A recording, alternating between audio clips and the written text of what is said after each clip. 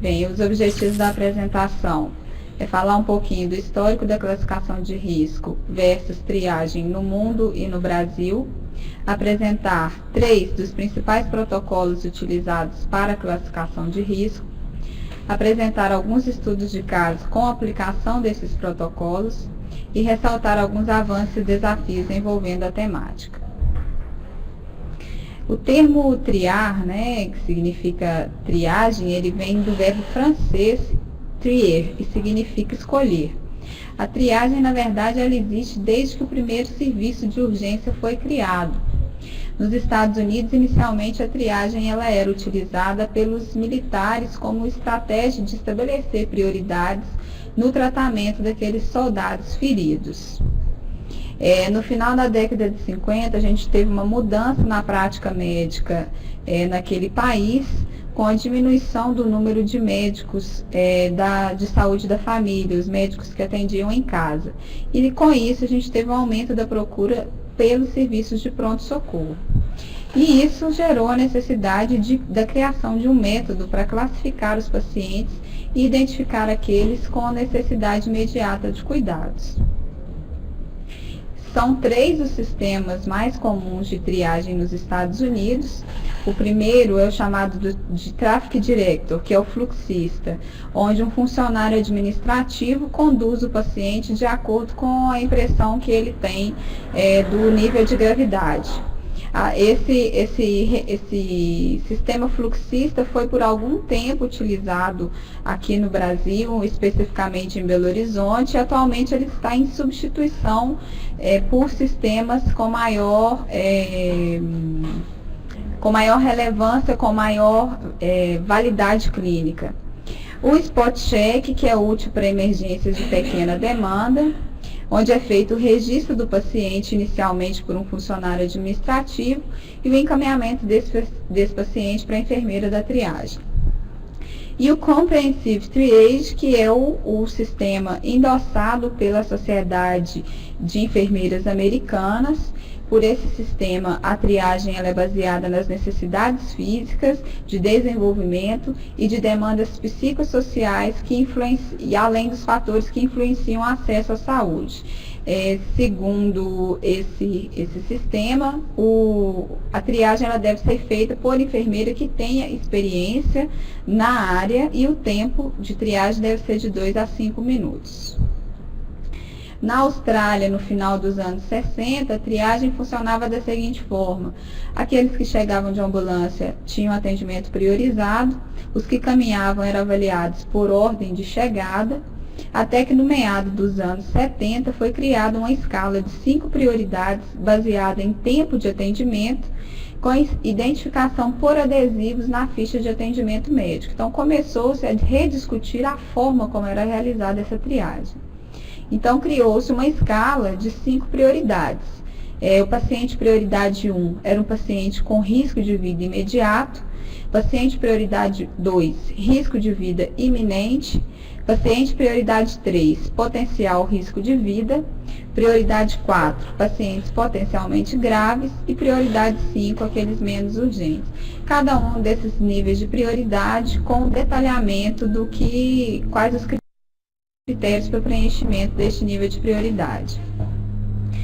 No Brasil, a gente vem tendo um quadro aí de crescente demanda e procura pelos serviços de urgência e emergência, principalmente com relação ao quê? Ao aumento do número de atendimentos por conta da violência urbana, Então, a gente tem um aumento com o número de acometimentos com as causas externas, a gente teve uma crescente demanda e procura pelos serviços de urgência e emergência. Isso gerou um fluxo de circulação desordenada dos usuários nas portas dos prontos-socorros. Então, era um tanto de pacientes que chegavam à organização do atendimento feita por ordem de chegada, prejudicando inclusive a qualidade da assistência prestada.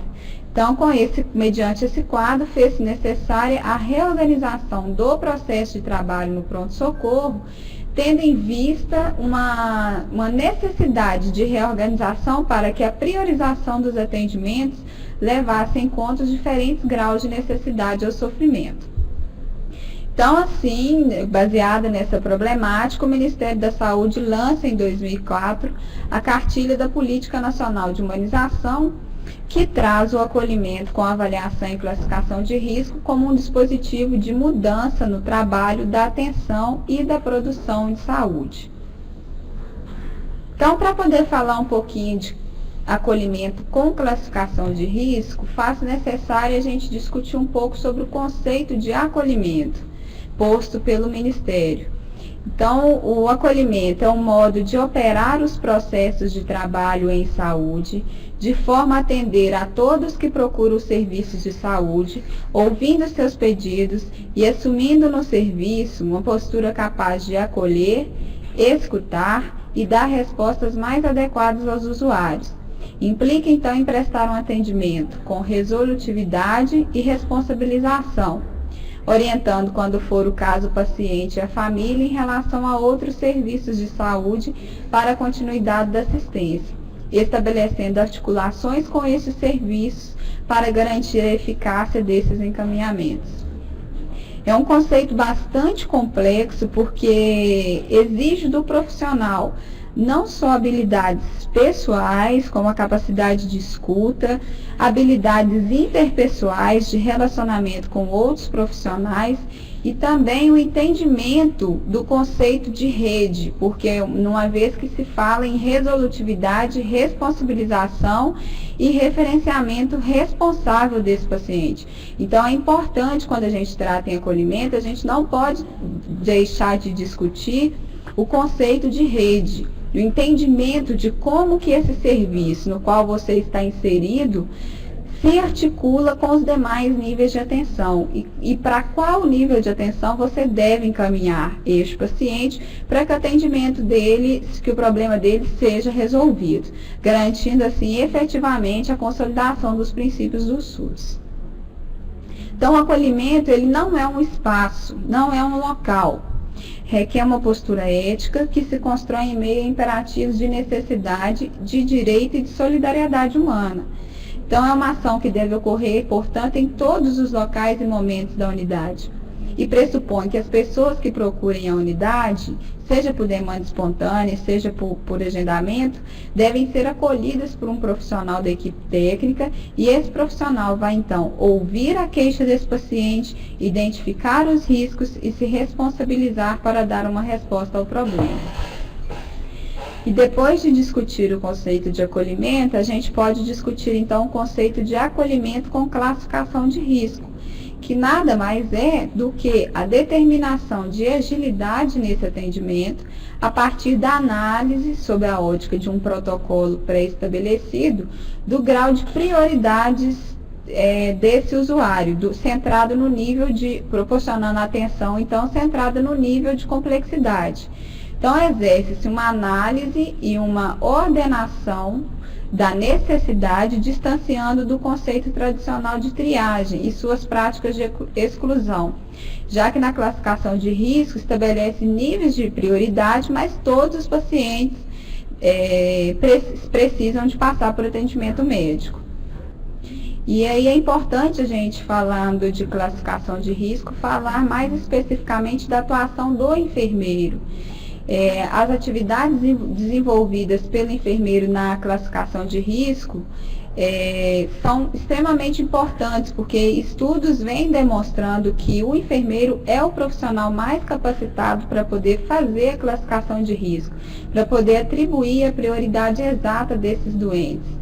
Exige desse enfermeiro a capacidade de avaliação e tomada rápida de decisões, a delegação de tarefas apropriadas e a necessidade mesmo de ser mais ágil nessa conversa, de ser bem direcionado à queixa que aquele paciente apresenta. Então, os profissionais de enfermagem têm um amparo legal. O Conselho Regional de Minas Gerais, em 2007, lançou uma deliberação falando que o acolhimento com classificação de risco deverá ser implantado e realizado por profissionais de nível superior, devidamente treinados mediante a existência de protocolos técnicos e administrativos da unidade. e os membros da equipe de enfermagem podem participar do acolhimento mediante a definição clara de atribuições e competências previamente estabelecidas em protocolo. Então, fica clara a exigência do protocolo para se fazer a classificação de risco, mas é importante ressaltar que o protocolo, ele é um meio. É extremamente importante a habilidade e a competência que esse enfermeiro tem que ter com relação à identificação da queixa principal a avaliação da queixa principal que o indivíduo apresenta. Porque no estudo que eu estou desenvolvendo no meu mestrado, uma das maiores dificuldades que eu tenho encontrado com relação à avaliação dos pacientes o registro insuficiente da queixa principal que esse paciente apresentou. Então, assim, a gente vê uma necessidade mesmo, eu tenho visto uma necessidade das escolas, das instituições formadoras investirem mais insistirem com os alunos na avaliação da queixa principal. Como que se avalia uma queixa principal corretamente? Como é que você identifica? Porque na classificação de risco, se você não direciona, se você não foca nisso, você corre o risco de fazer uma classificação errada, mesmo tendo um protocolo para te embasar. E principalmente a avaliação da dor, que tem um caráter extremamente subjetivo, mas que hoje a gente já tem instrumentos que orientam a avaliação da dor e que devem ser mais aprofundados e mais estudados, porque no pronto-socorro, cerca de 60% a 70% das queixas principais que são apresentadas pelos pacientes são queixas relacionadas à dor. Então, a importância de saber se avaliar corretamente. Então, falando um pouquinho do protocolo, sendo esse protocolo, então, na minha opinião, o meio que se tem para a classificação, para ajudar, auxiliar na classificação de risco, ele sozinho, ele não faz a classificação, depende da habilidade e da competência do enfermeiro que está utilizando, ele é o orientador, né? Eu vou falar de 3 principais protocolos que são utilizados. Um deles é o protocolo canadense. Esse protocolo, ele determina 5 níveis de prioridade na classificação dos pacientes. O nível 1, que corresponde aos pacientes que precisam de ressuscitação. O nível 2, que se refere a uma emergência. O nível 3, urgência. Nível 4, semi-urgência. E nível 5, não urgência. E para cada uma dessas prioridades, são definidos os tempos necessários para intervenção médica e os tempos para reavaliação de enfermagem.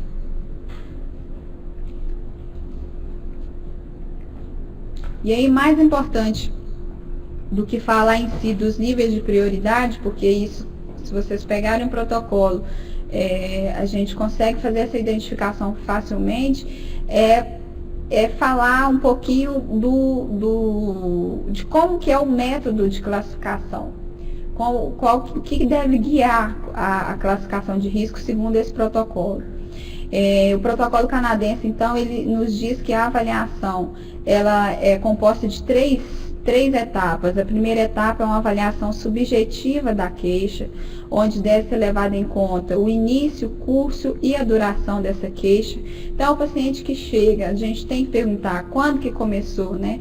Eu falo que a pergunta-chave é: por que você veio aqui hoje? Porque a maioria dos pacientes chegam queixando com mais de 3, 4, 5 queixas.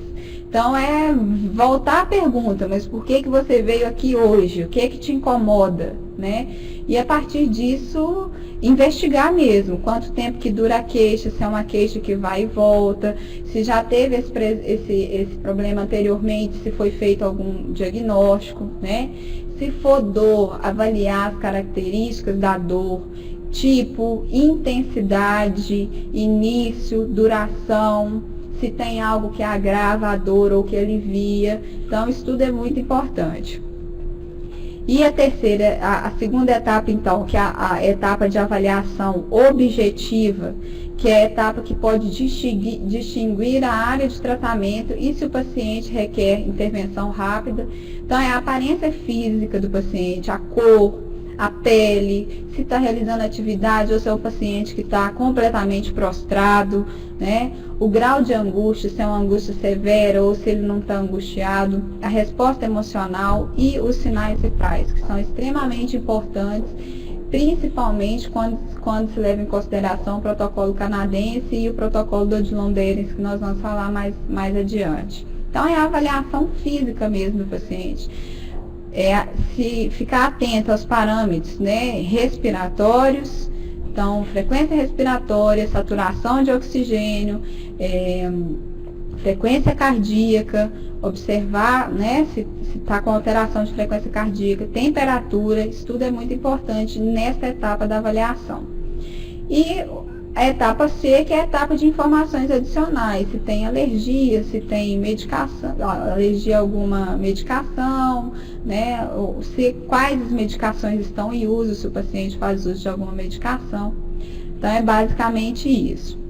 O protocolo do Hospital Municipal de Lomberes, né, que é um protocolo feito dentro do hospital. Então, ele também atribui 5 prioridades para o paciente, e além dessas prioridades, são atribuídas cores na classificação.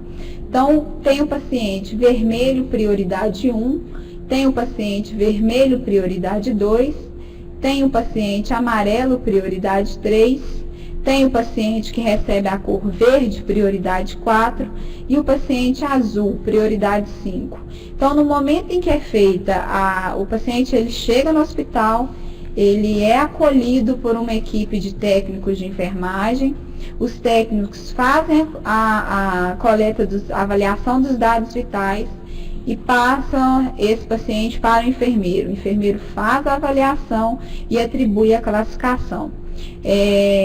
Na ficha, no boletim de entrada desse paciente, é feito colorido mesmo a cor a que lhe foi atribuída. Assim como no protocolo canadense, o protocolo do Odilon também estabelece os tempos para intervenção médica e o tempo para reavaliação de enfermagem. Então, por exemplo, aquele paciente que chega, prioridade de ressuscitação, né, o paciente que está em risco iminente de morte. Então, ele tem que ter intervenção médica imediata, é acionado o sinal sonoro e ele é diretamente encaminhado para a sala de emergência. E é um paciente que necessita de cuidado contínuo de enfermagem. E assim por diante. Então, a avaliação da classificação de risco, segundo esse protocolo, ela deve levar em consideração a queixa, o início, a evolução e a duração, a aparência física, a resposta emocional. Ele traz uma escala de dor, a escala de coma de Glasgow, medicação atual, alergias e outros dados, como sinais vitais, saturação de oxigênio, escala de dores, escala de coma de Glasgow, como eu já disse, e glicemia capilar. E é interessante que ele traz também que a intuição e experiência clínica do enfermeiro que avaliam, elas podem ser utilizadas nunca para diminuir a prioridade clínica, mas sim para aumentar. Então, se eu avalio um paciente pelo protocolo, ele é verde, e a minha intuição, se eu quero usar a minha intuição clínica para poder aumentar essa prioridade, eu posso modificar esse paciente para amarelo, mas eu não posso jamais modificar a classificação desse paciente para azul. E por último, falamos do protocolo de Manchester. Esse protocolo é um protocolo que vem sendo utilizado hoje aqui em Belo Horizonte, ele vem sendo implantado em todos os serviços de urgência e emergência. É um protocolo que foi construído na cidade de Manchester, na Inglaterra, e em 1994 ele foi traduzido para o português de Portugal. E o grupo português, então, de triagem passou a ter uns direitos autorais sobre o protocolo para poder fazer a implantação e divulgação dele em todo o mundo. Então, segundo o protocolo de Manchester, também é atribuída uma classificação de 1 a 5 para os pacientes, que vai desde emergente a não urgente, E a diferença aqui para o do Odilon, que enquanto no Odilon eram 4 cores, 5 prioridades e 4 cores, aqui a gente tem 5 prioridades e 5 cores. O paciente vermelho, que é considerado a emergência, que tem que ser atendido imediatamente. Paciente muito urgente, que é um paciente laranja, que tem que ser atendido em no máximo 10 minutos. Paciente urgente, que é o paciente que recebe a cor amarela e ele tem que ser atendido em até 1 hora. Pouco urgente, que é o paciente verde, que tem que ser atendido em até 120 minutos. E o não urgente, que é o paciente azul, que tem que ser atendido em até 240 minutos. O método de classificação do protocolo de Manchester, ele é bem mais objetivo e ele é bem mais direcionado do que os outros 2 protocolos. Embora todos sejam guiados por um princípio básico que seja o de identificação e avaliação da queixa principal. Então, a partir da identificação dessa queixa principal, o enfermeiro classificador, ele escolhe um fluxograma. O protocolo de Manchester, ele é composto por vários fluxogramas. Esses fluxogramas, eles são direcionados pela queixa principal.